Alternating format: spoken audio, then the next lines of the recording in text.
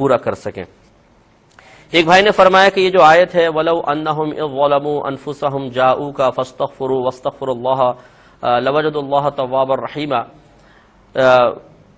وَاسْتَغْفَرَ لَهُمُ الرَّسُولُ لَوَجَدُوا اللَّهَ تَوَّابًا رَحِيمًا کہ اور اے حبیب کریم صلی اللہ علیہ وسلم اگر یہ لوگ اپنی جانوں پر ظلم کر بیٹھیں تو آپ کی بارگاہ میں حاضر ہوں، پھر اللہ تعالیٰ کی بارگاہ میں استغفار کریں اور یہ رسول بھی ان کے لیے دعائے مغفرت کریں تو یہ ضرور اللہ تعالیٰ کو بہت بخشنے والا مہربان پائیں گے۔ تو بھائی کہتے ہیں کہ زندگی میں تو چلیں یہ ہے، لیکن کیا سرکار جب پردہ فرما گئے ہیں، انتقال فرما گئے ہیں، تو کیا پھر بھی ایسا ہے کہ سرکار سفارش کریں گے؟ اگر کریں گے تو اس سے تو یہ ظاہر ہوتا ہے کہ بعد وفات بھی نبی کریم صلی اللہ علیہ وسلم تصرف فرما سکتے ہیں۔ کیا یہ صحیح ہے یہ عقیدہ رکھنا؟ دیکھیں بالکل یہ عقیدہ رکھنا درست ہے۔ میں نبی کریم صلی اللہ علیہ وسلم کے پہ کلام ابھی عرض کرتا ہوں، لیکن ایک بخاری کی آپ حدیث اٹھا کے پڑھ لیں۔ رحمت کونین صلی اللہ علیہ وسلم جب قبرستان جایا کرتے تھے تو آپ فرمایا کرتے تھے السلام علیکم یا اہل القبور، اے قبر والو تم پر سلامتی نازل ہو۔ اور دوسری حدیث میں رحمت کونین صلی اللہ علیہ وسلم نے ارشاد فرمایا کہ یہ بخاری کی روایت ہے، دوسری جو اور جگہ بھی روایات ہیں، تو سرکار نے فرمایا کہ مردہ تمہارے سلام کا جواب دیتا ہے لیکن تمہیں اس کے جواب کا شعور حاصل نہیں ہے، یعنی تمہیں سنائی نہیں دیتا لیکن وہ باقاعدہ سنتا بھی ہے، اس کا جواب بھی دیتا ہے۔ اب دیکھیے السلام علیکم کہنا یہ ایک دعا ہے، اللہ تعالیٰ تم پہ سلامتی نازل فرمائے، اور جو مردہ عام مردہ قبر میں ہے وہ جواب دے رہا ہے وعلیکم السلام، یعنی اللہ تعالیٰ تم پر بھی سلامتی نازل فرمائے۔ اس کا مطلب یہ ہوا کہ ایک عام شخص بھی دنیا سے پردہ فرما جائے، اس کی روح اور جسم کا تعلق آپس میں منقطع ہو جائے، تب بھی وہ زندوں کے لیے دعا کرنے پر اللہ کی عطا سے قدرت رکھتا ہے، اور یہ صحیح حدیث، صحیح ترین حدیثوں سے ثابت ہوا۔ اب لے لیے نبی کریم صلی اللہ علیہ وسلم کو، آپ کا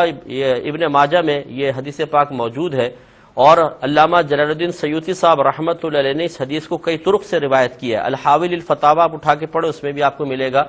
کہ رحمت کونین صلی اللہ علیہ وسلم نے ارشاد فرمایا کہ تمہارا پڑھا ہوا درود پاک میری بارگاہ میں پیش کیا جاتا ہے۔ تو صحابہ کرام علیہم رضوان نے پوچھا یا رسول اللہ صلی اللہ علیہ وسلم یہ تو آپ کی حیات طیبہ میں ہے، بعد وفات کیا ہوگا؟ اب دیکھیں یہ سوال الہام فرمانا اور اس کو زبان سے نکلوانا، آپ تھوڑی سی حکمت الہی پر غور کریں۔ یہ قیامت تک کے مسلمانوں کو ایک علم فراہم کرنا مقصود تھا، ان کو ایک عقیدہ فراہم کرنا مقصود تھا، تبھی صحابہ کرام کے قلب میں یہ بات ڈالی گئی اور وہ زبان پر ان کو اظہار کی قدرت، قوت اور ہمت بھی دے دی گئی، ورنہ صحابہ کرام بہت زیادہ سرکار کے سامنے ریزرو رہا کرتے تھے کہ ہماری بات زبان سے کوئی ایسی بات نہ نکل جائے کہ ہمارے بارے میں آسمان سے حکم نازل ہو جائے۔ اس کے جواب میں رحمت کونین صلی اللہ علیہ وسلم نے ارشاد فرمایا کہ بعد وفات بھی، کیونکہ انبیاء علیہ السلام پر اللہ تعالیٰ نے زمین پر نبیوں کے جسموں کا کھانا حرام فرما دیا ہے، انبیاء اپنی قبور میں زندہ ہیں، ان کو رزق دیا جاتا ہے۔ یہ ابن ماجہ میں واضح طور پہ حدیث پاک موجود ہے۔ بعض ہمارے بھائی کہہ دیتے ہیں جی یہ ضعیف حدیث ہے، ضعیف، چلے مان لیا ضعیف حدیث ہے۔ دیکھیں موضوع حدیث میں اور ضعیف میں فرق ہے۔ موضوع مینز جھوٹی، ضعیف کا مطلب یہ ہوتا ہے کہ اس حدیث کو بیان کرنے والے راویوں میں سے کوئی راوی کسی وصف میں کمزور ہے، حافظہ کمزور ہے، اس کی عدالت کمزور ہے، لیکن ضعیف حدیث جھوٹی نہیں ہوتی ہے۔ اور جو یہ کہتے ہیں کہ حدیث ضعیف ہے، ان کی خدمت میں دائرہ ادب میں رہ کے ہم گزارش کرتے ہیں کہ یہ بتائیے اس حدیث کو ضعیف اللہ نے فرمایا یا رسول نے؟